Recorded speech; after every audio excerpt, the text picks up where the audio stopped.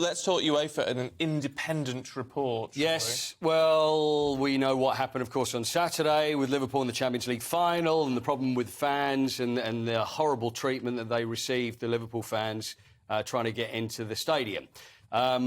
These reports, they just keep continuing. More fans are speaking about it, and it really didn't discriminate from just a regular fan to a VIP. Everybody seemed to face some sort of problems. So now, we mentioned this yesterday, the French sports minister, Amélie Oudéa-Castéra, said yesterday, and she was pretty insulting about Liverpool fans. She was very quick to say, oh, it was because they had fake tickets, there were counterfeit tickets. She also used the words that Liverpool had let their supporters out in the wild. Now, I don't know whether that gets lost in translation, but however you say that, whether you say it in French and English, I don't think it's terribly complimentary.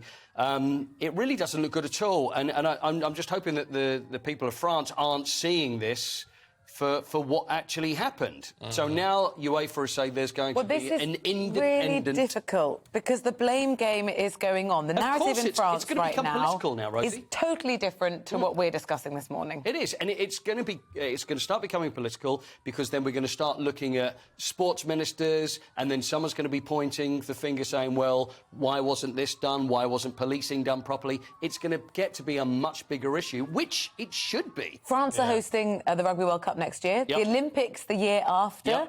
How much of this is about kind of a cultural issue of how France deals with kind of public disorder in a way that we're not really used to? I think, as far as this is concerned, they've looked at it and thought, this is English football fans, they're football hooligans, there's going to be trouble, which is absolutely not necessarily the case. Well, I'd say it wasn't going to be the case.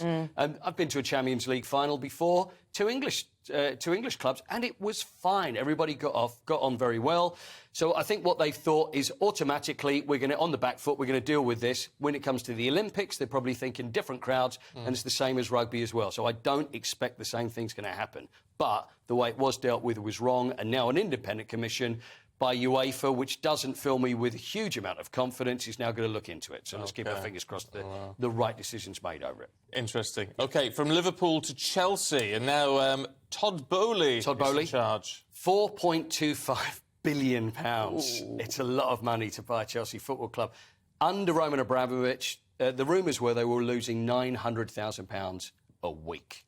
And this is a lot of money that's been spent. Now, when it comes to financial matters, I'll talk about sport. When it comes to finance, I'm not your guy. But I'm looking at that and thinking, how do the numbers actually add up that they're going to look at that and think, how can we make money? Now, he's saying, you know, I'm honoured, I want to make the fans proud, and he's all this stuff there. Because he's part owner of the LA Dodgers, which is the baseball side, part owner of the LA Sparks, which is the women's basketball team, part owner of the LA Lakers, and also part owner of much of the publishing of Bruce Springsteen's songs as well.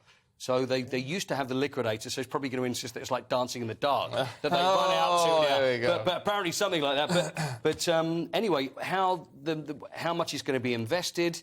When you're talking £4.25 billion, I don't know. So if it's going to be the scale of Abramovich, I'd be surprised. But Before we let you go, very quickly, World Cup semi-final playoff, Scotland v Ukraine. Yep, that's tomorrow.